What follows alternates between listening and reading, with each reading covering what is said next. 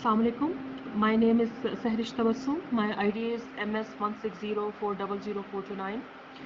I'm going to present for the subject of mobile and pervasive computing. Code is CS710.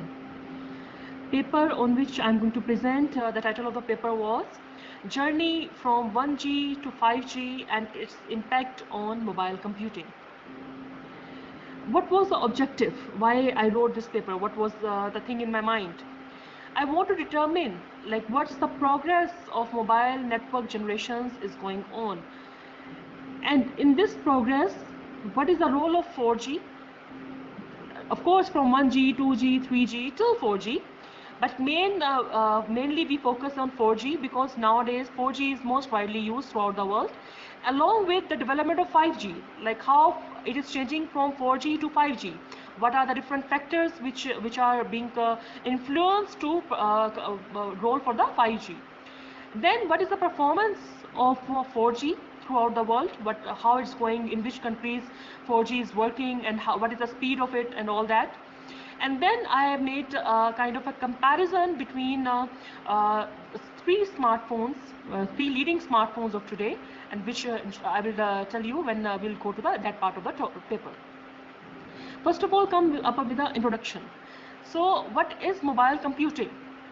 Mobile computing, it is basically interaction of computer with any human being, through which a computer is expected to be transported during normal usage, which allows for the transmission of data, voice and video.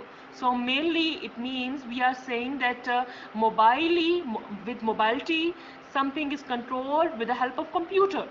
Computing is done for that, and through some mobile distance. Mobile, like here we are talking mobile as a distance. So we can have, in mobile computing, we can have mobile communication, we can have mobile hardware, mobile software, and different kind of applications which are working as a tool for mobile computing. From of course, like mobile computing started a long time before, but we have tried to make a chart from 2011 to 2017, different sales of devices, especially for desktop computers and different kind of tablets, smartphones, mobile phones, all these things we have made comparison.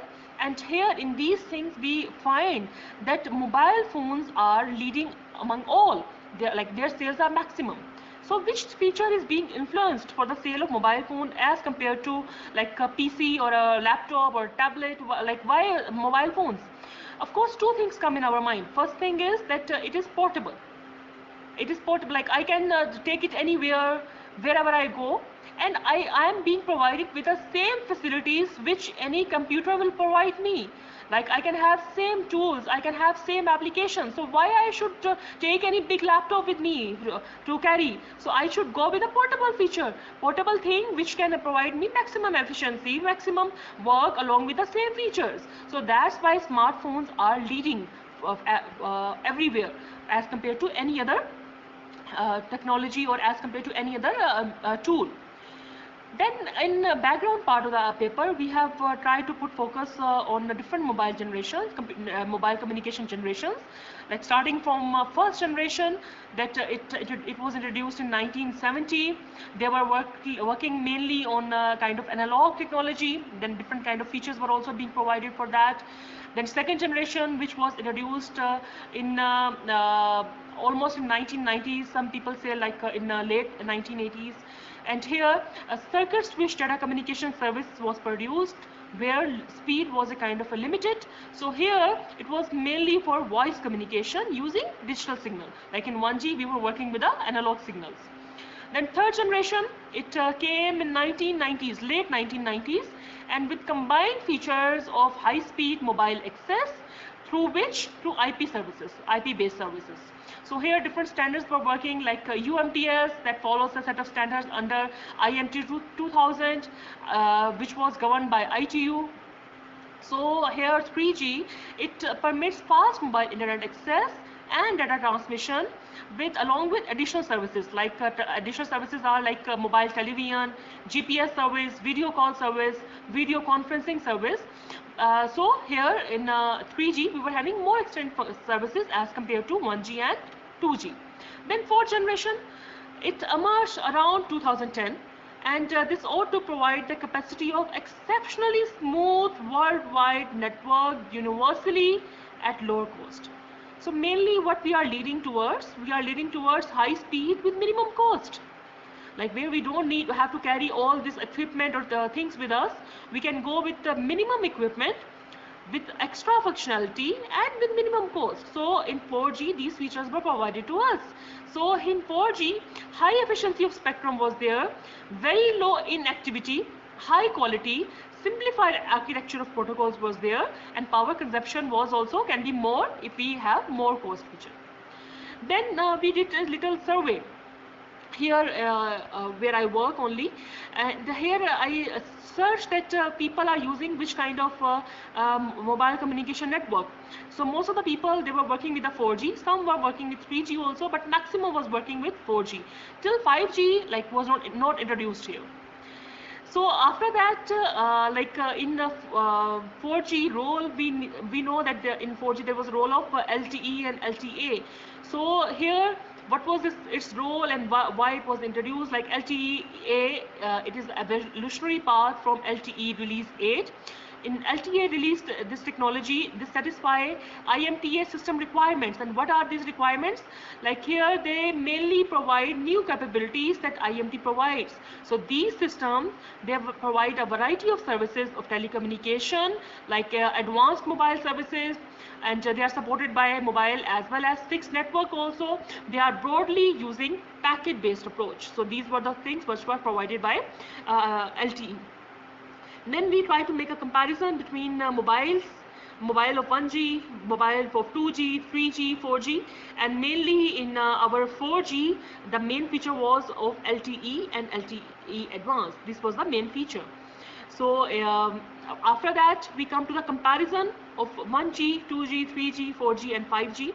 5G is not being, it is being introduced worldwide, but not as a functional one. Some countries claim that they are working with a 5G, but mostly, like when we did search, mostly research is going on, test phase is going on, partial development is going on, but it is not completely, any countries not completely make 5G development, not made it commercial till now. Development is going on for that. So in 1G, like it introduced in 1980 till 5G, which we expect to be full implement in 2020. 1G was working on analog signals, and for 5G we expect 4G plus WWWW. Then data rates, like in 1G it was of 2 Kbps, and in 5G we expect of 1 GB. Then multiplexing was with FTMA. In 5G we expect of CDMA. Standards, unified standards will be followed in 5G. 5G follows all kind of packets switching. It works on internet, and dynamic information access will be provided with the help of artificial intelligence capabilities in 5G. These are the things which are expected to happen in 5G. Then we did we made a kind of a chart where for 20 countries, top 20 countries of world, we said where 4G is available. So here in South Korea, it is maximum available with a percentage of 95.71%. Then after that we did chart where top 2 countries, its maximum speed is provided. So here in here in Singapore, maximum speed of 4G is being provided, and Austria here comes on the 20th place, where it is speed, not less speed, but as compared to top 20 countries, it comes on the 20th place.